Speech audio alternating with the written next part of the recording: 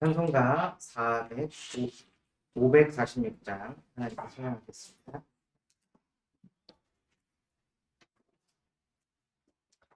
찬송가 546장입니다.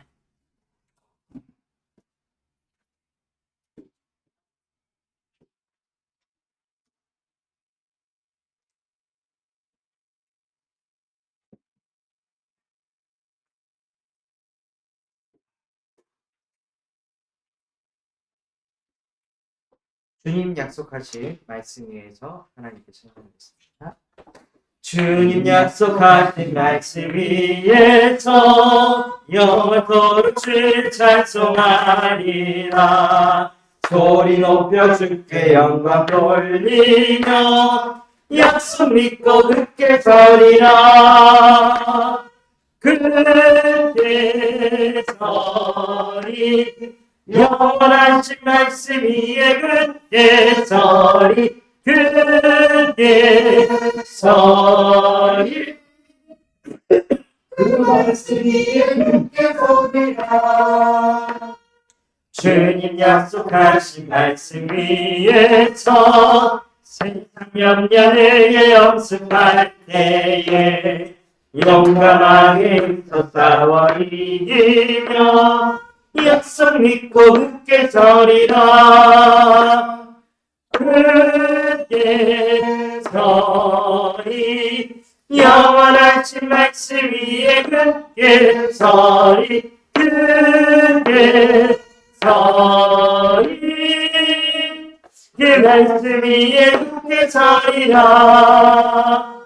주님 약속하신 말씀 위에서 영원하신 주의 사랑을 믿고 성령으로 힘써 싸워 이기며 약속 믿고 굳게 서리라.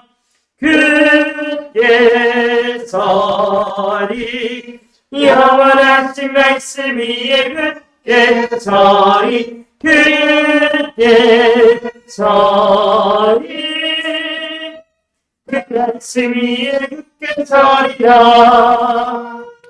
주님 약속하신 말씀 위에서 성령 인도하니 내려에 가며 주님 품에 항상 안치고 뛰며 약속 믿고 굳게 서리라.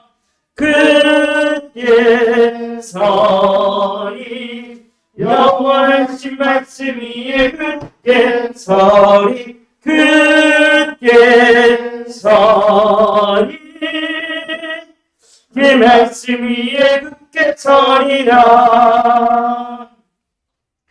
하나님 아버지 감사합니다. 지금 이 시간 새가족부 예배로 하나님께 예배하게 하시니 감사를 드립니다. 예배하는 이 시간 기묘자요 모사요 전능하신 하나님이시며 영존하신 아버지께서 평강의 왕으로 우리에게 역사하시는 예배가 되게 하여 주시옵소서. 그래서 내 안에 있는 모든 불신앙과 염려 걱정 인본주의가 여자여손 대신 예수 그리스도 이름 앞에 완전히 무너지는 시간이 되게 하여 주시옵시고 나 혼자 수고하고 무거운 짐 지고 살아가는 인생이 아닌 하나님과 함께하며 평안하고 감사하고 행복한 인생이 되게 하여 주시옵소서. 지금도 살아서 우리와 함께 하시는 예수 그리스도의 이름으로 기도합니다. 아멘. 하나님의 말씀 이사야 9장 7절 말씀입니다.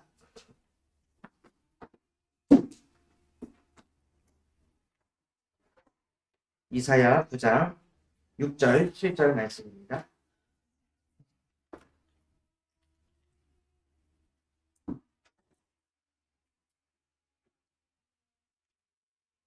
이사야 9장 6절 7절 말씀 두 절의 말씀을 우리 다 같이 합독하도록 하겠습니다.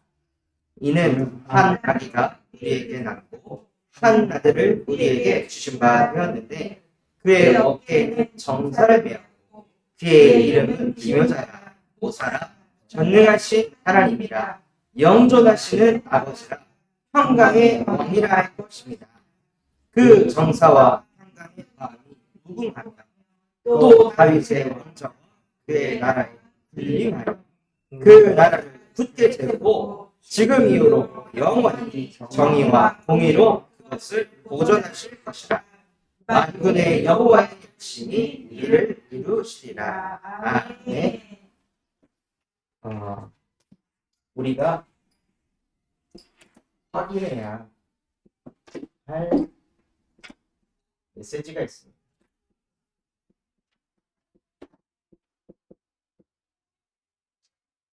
우리가 무엇을 확인해야 하냐면요.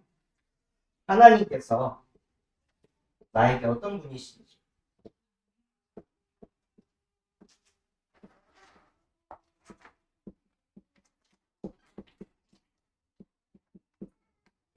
사람들이 말하는 하나님이 아니라 실제 내가 믿고 있는 하나님이 나에게 지금 어떤 분으로 역사하고 계시는지 그게 나에게 정확하게 확인이 되셔야 합니다. 하나님께서는 누구시냐면요. 하나님은 기묘자이십니다. 무슨 뜻이냐?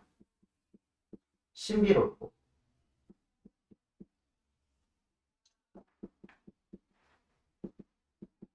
위대하며 놀라운 존재라는 뜻입니다. 정말 하나님이 나와 함께 하신다면 내가 어떤 상황에 있더라도 그 하나님께서는 나에게 또다시 놀라운 역사를 일으키실 것이며 하나님께서는 신비한 일들을 이루셔서 하나님이 이 현실, 이 문제 또한도 하나님께서 풀어가실 것이다. 하고 이것이 나에게 정말 확인되시는 은혜를 누리시기 바랍니다. 이 기묘자 되신 하나님을 누리시려면요. 신비한 일이 일어나지 않고서는 위대하고 놀라운 일이 일어나지 않고서는 안 되는 문제를 내가 만났을 때 그때 하나님과 함께를 한 번이라도 누려보신다면 하나님이 기묘자이시구나. 이것을 글씨로 아는 것이 아니라 실제 내 삶 속에서 그것을 누리게 하신다. 또한 하나님께서는 우리의 무엇이 되시냐? 모사가 되십니다. 모사라는 것은요. 지혜로운 상담자. 그래서 하나님께 내 마음을 아뢰고 상담할 때 이상하게 마음이 후련하고 그렇게 하나님에게 하나님 저 너무 요새 힘듭니다. 너무 지쳤습니다. 더 이상 못하겠습니다 하고 그냥 하나님께 툭 기도만 해도 이상하게 마음이 평안해지는 것이요. 하나님께서는 지혜로운 상담자이기 때문입니다. 우리가 그 인간 세계에서도요. 심리상담실을 가가지고 다 부르는 게 아니에요. 그냥 가서 내 얘기를 하는 거예요. 한 번 만나서 10만 원 주고 그냥 내 얘기를 하는데 이 사람이 내 얘기를 잘 들어줘. 그것만 해도 사람들이 위로를 받고 치유를 받아요. 그런데 하나님께서는요. 지혜로우신 하나님이셔서 우리가 이런 말을 하고 저런 말을 하고 이런 고민을 털어놔도 하나님께서는 그거를 문제 삼지 않고 하나님은 우리의 고민에 우리의 답답한 마음에 귀를 기울여 주십니다. 그리고 상담에서 끝나는 것이 아니라 하나님께서는 우리의 조언자가 되어주십니다. 답답함을 얘기했는데 나의 어려움을 토로했는데 언제 하나님께서 역사하시냐? 하나님 앞에 예배를 드리는데 말씀이 내게 살아 역사해서 이렇게 인도받으면 되겠구나. 하나님께서 지금 나에게 말씀으로 조언을 해주고 계시는구나 하고 이것이 느껴질 때 무엇을 깨닫게 되시냐? 하나님은 모사이시구나. 그래서 나의 상담자이고 나의 조언자가 되시는구나. 또 하나님께서는 누구시냐면요. 전능하신 하나님이시다.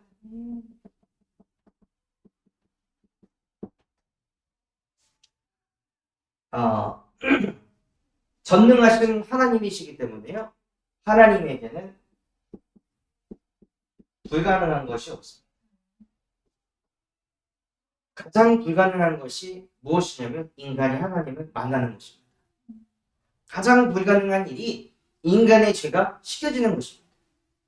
가장 불가능한 일이 인간이 하나님과 함께하는 것이 가장 불가능한 일인데 전능하신 하나님께서 이 땅에 예수 그리스도를 보내주셔서 우리의 죄를 십자가에 못 박고 우리의 죄를 씻으시면서 하나님을 만날 수 있도록 문을 열어주시고 죄에서 해방하시고 흑암의 세력을 박살내셨습니다. 그래서 그 하나님이 지금 우리와 함께 하시다. 답답한 게 있고 힘든 게 있고 안 되는 게 자꾸 내 마음을 불편하게 한다면요. 그때 무엇을 누리시냐? 전능하신 하나님께서 지금 나와 함께 하심을 믿습니다. 전능하신 하나님께서 지금 이 시간 이 문제 상황 속에 역사하여 주시옵소서 하고 이 하나님이 나의 하나님 되도록 확인하시기 바랍니다. 또 하나님께서는요. 어떤 분이시냐? 영존하신 아버지이십니다.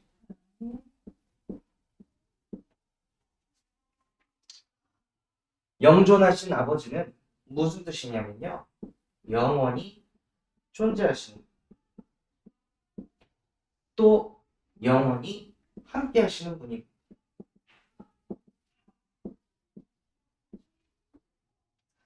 저를 낳아주신 부모님은 인천에 계셔서 저와 영원히 함께 할 수가 없습니다.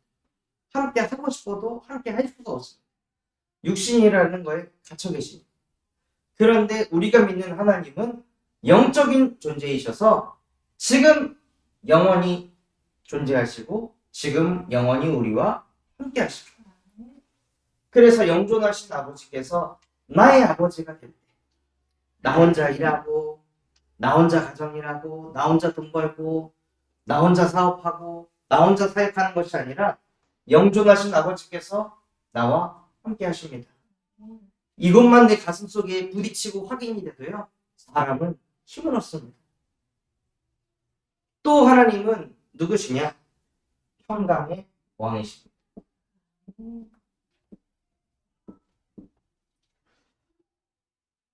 평강의 왕이라는 뜻은요.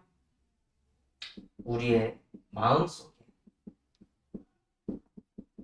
평안을 가져다 주신다는 문제가 해결이 돼서 찾아오는 평안이 아니라 상황이 바뀌어서 찾아오는 평안이 아니라 평강의 왕이 우리 안에 역사하시니까 그냥 평안한 겁니다.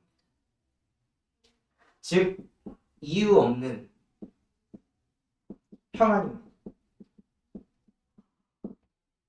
이유가 없기 때문에요. 그 어떤 것도 이 평안을 빼앗아갈 수가 없어요. 이 평안이 내 가슴에 부딪힐 때 이상하게 출근하는데 마음이 평안하고 이상하게 잠자리에 드는데 원래 생각이 많아야 될 나의 인생에 잠을 자려고 하는데 그냥 평안한 상태에서 잠이 들게 하시고 오늘 또 저희가 큰 행사를 치르는데 전에 저 같으면요 마음에 이 평안이 없어가지고 계속 불안해하고 계속 두려워해서 이것도 해야 되는데 저것도 해야 되는데 이건 될까 저건 될까 이 사람은 올까 저 사람은 올까 뭐 식당 100명 예약했는데 100명 안 오면 어떡하지 또 단 물어야 되는데 오만 가지 생각들이 막 치고 들어와가지고 염려하고 걱정할 수밖에 없는 제 영혼 속에 평강의 왕 대신 그리스도께서 제 안에 역사하시니까요 불안 두려움이 그냥 끝이 나는 거예요. 만군의 여호와께서 열심히 일하시겠지. 우리가 열심히 한다고 되는 게 아니라 하나님이 열심히 일하시면 되겠지. 이런 생각들이 마음속에 오니까요. 마음에 평안이 이상하게 오는 거예요. 그래서 하나님은 나에게 어떤 분이십니까?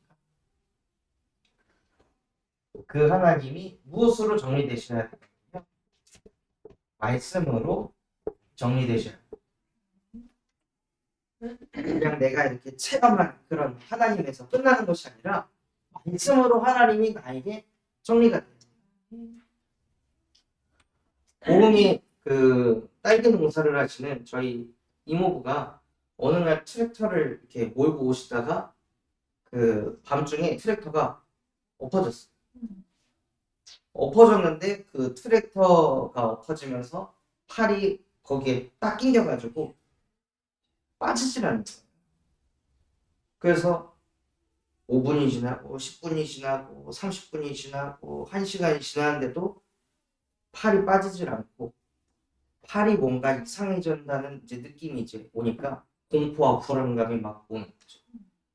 이러다가 이거 피 안 통해가지고 이거 팔 잘라야 되는 거 아니면 오만 가지 공포와 불안감이 막 몰려오는 그때 신기하게도 어떤 한 사람이 지나가는 그 시골 밤, 그 고흥 그 끝에 거금도라는 그 섬에 살고 계시는데 거기에 하필 사람이 지나갔는데 근데 그 사람도 하필 장애인이셨어요. 그래서 이 전동차 타고 이렇게 쭉 움직이다가 그걸 보고 그걸 이제 알려야겠다고 큰 길가로 가는데 이거 가다가 이게 넘어진 거예요. 그래서 넘어져서 이분은 다리를 못 쓰시는 분인데 그러니까 이분도 막 고함을 지르고 사람 살려달라. 그래서 팔로 기어가지고 올라가서 이제 사람을 잡아가지고 119가 와서 그걸 이렇게 세웠는데요. 그때까지 4시간이면 5시간이에요. 근데 그 기계에 4시간, 5시간 동안 눌려있으면은 박살이 나야 되잖아요. 그 무거운 게. 그런데 나왔는데 다 정상. 멍든 거 말고는 아무 문제가 없어요. 그때 이모부의 마음속에 하나님이 나를 살려주셨다. 원래는 그 뼈저린 불교신자, 유교 사상에 찌드신 분이신데 그날 이후로 하나님이 자기를 살렸다는 게 마음에 딱 부딪히고 나서 그때부터 신앙생활을 하기 시작하셨어요. 그런데 여기에만 머물러요. 기묘자 되신 하나님에게. 기묘자 되신 하나님으로 하나님을 만났잖아요. 그러면 그 하나님이 또 누구심을 깨달아야 되냐? 말씀을 통해 나에게 상담하시고 내게 조언을 주시는 모사 되신 하나님을 깨달아야 해요. 또 자꾸 신앙생활하면서 뭐가 보여야 되냐? 아, 하나님은 전능하신 하나님이시구나. 이것이 또 깨달아지고 또 계속 신앙생활하면서 영존하신 아버지께서 나와 함께하고 계시는구나. 이것이 부딪히고 신앙생활을 계속하면서 나도 모르게 내 안에 평강의 왕이 역사하셔가지고 세상이 줄 수 없는 평안이 임하게 하시는 거예요. 이것을 누려야 되는데 딱 여기에 걸려 계시다. 그래서 가서 다시 또 이모부에게 복음을 전합니다. 그럼 기묘자를 통해 하나님 만나는 사람도 있지만 모사를 통해 하나님 만나는 사람도 있고 전능하신 하나님을 통해 하나님 만나는 사람, 평강의 왕을 통해 평안을 얻어서 하나님 만나는 사람이 있고 또한 영존하신 아버지께서 역사하셔서 하나님이 나와 함께한다는 게 믿어져서 하나님 만나는 사람이 있고 여러 가지 종류로 하나님 만나는 사람이 있는데 자기도 모르게요. 자기가 만난 하나님의 그 틀에 딱 갇혀가지고 하나님을 너무 작게 믿으면서 삽니다. 그래서 그 틀을 또 예배하면서 하나님께서 깨뜨려 주시고 하나님께서 은혜를 베풀어 주시죠. 그래서 나의 하나님이 어떤 분인지 나에게 정리가 되셔야 합니다. 그래서 그 하나님을 어떻게 누리시냐면요.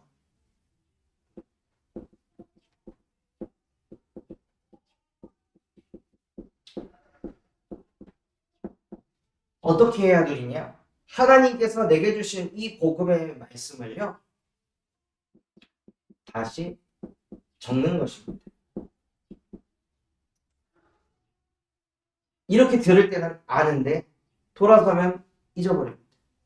그래서 그 하나님을 같이 적어보는 거예요. 하나님이 어떤 분이라고 하셨지? 기묘자이시지. 기묘자가 무슨 뜻이지? 아, 놀랍고 신비하고 위대한 존재라는 뜻이지. 하고 다시 적으면서 하나님이 내 안에 남을 수 있도록 계속 내게 확인을 시키는 거죠. 다시 적고 뭐 하냐? 다시 읽고 그리고 무엇 하냐면요. 다시 말하고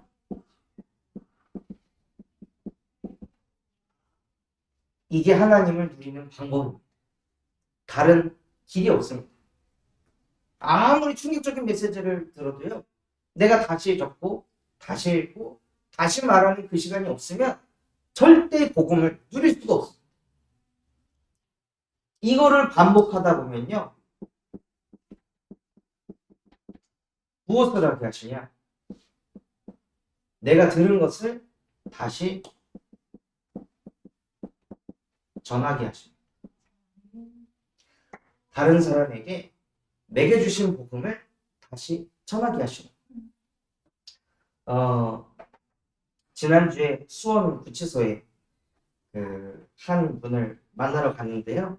이분은 사업을 하셨던 분인데 그 사업 위에 회장님이 계시고 그러다가 이제 회사가 부도가 나서 이제 무너지고 그것 때문에 회장님은 교도소에 가고 그리고 이제 또 기업의 뭐 탈세 문제 뭐 이런 것들이 나오니까 이 회장님이 사장님 밑에 직원하고 이렇게 짝짝꿍을 해서 모든 문제를 이 사장님한테 다 엎어치운 거죠. 자료도 그렇게 다 만들어가지고 조작해서 이 사람에게 다 엎어쳐서 졸지에 그냥 동탱이를 써가지고 구치소에 갇혀요. 그래서 갇혀가지고 이 문제 어떻게 해결할까? 어떻게 빠져나올까? 이 생각을 계속 하니까 이분이 시달림 속에 있는 너무 억울하고 답답하다. 그래서 그런 상황 속에 제가 그분에게 메시지를 할 수 있는 시간이 딱 1분 정도가 주어져서 모사 되신 하나님께 하나님 진짜 이 사람에게 필요한 말씀을 내주시옵소서. 하나님이 이 사람에게 조언자가 되셔서 정확한 말씀이 전달되게 달라. 기도하다가 하나님께서 은혜를 주셔서 이 안에서 문제 때문에 시달리든지 그런데 그 밖에 나가도 교도소 안에서 자꾸 문제 하고 있는 그 사람은 교도소 밖에 나가도 또 문제 하면서 인생을 살아갑니다. 그래서 이 안에서 진짜 무엇을 누리셔야 되냐? 문제가 있어도 하나님과 함께 할 수 있는 비밀을 깨달지 못한다면 밖에 나와서도 무너집니다. 그래서 요셉도 당신과 같이 억울하게 교도소 갔습니다. 자기가 보디발의 아내 성추행하지도 않았는데 누명 써가지고 교도소 갔습니다. 그런데 그 상황 속에서 요셉이 나 억울해. 나 여기 올 사람 아닌데. 늘 그 생각을 한 것이 아니라 요셉은 하나님과 함께하는 비밀을 깨달았습니다. 그래서 당신 또한도 억울하다, 답답하다, 힘들다 이 생각에 잡히기보다 그 상황 속에서 내가 하나님의 형상을 회복해서 하나님과 함께 할 수 있는 비밀을 깨달을 수 있다면 나는 승리한다. 메시지를 전하는데 그분의 눈빛 속에 말씀이 살아 역사에서 들어갑니다. 그래서 진짜 저분이 이 말씀이 진짜 마음에 담겨지고 붙잡혀지면 저 사람은 살겠구나. 그래서 우리 또한도 마찬가지입니다. 다시 적고 다시 읽고 다시 말하다 보면요. 현장에 하나님이 내 가슴 속에 담게 하신 이 복음의 말씀을 전하게 하십니다. 그래서 나는 새가족인데가 아니라 하나님께서는 새가족을 통해서도 전도운동을 일으켜 가십니다.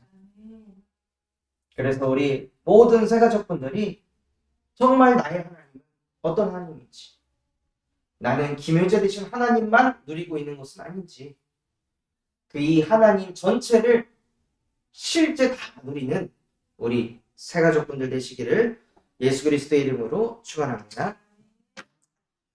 하나님 아버지 감사합니다. 오늘 우리에게 말씀 주신 그대로 하나님은 김효자이시고 모사이시고 전능하신 하나님이시며 영존하신 아버지이십니다.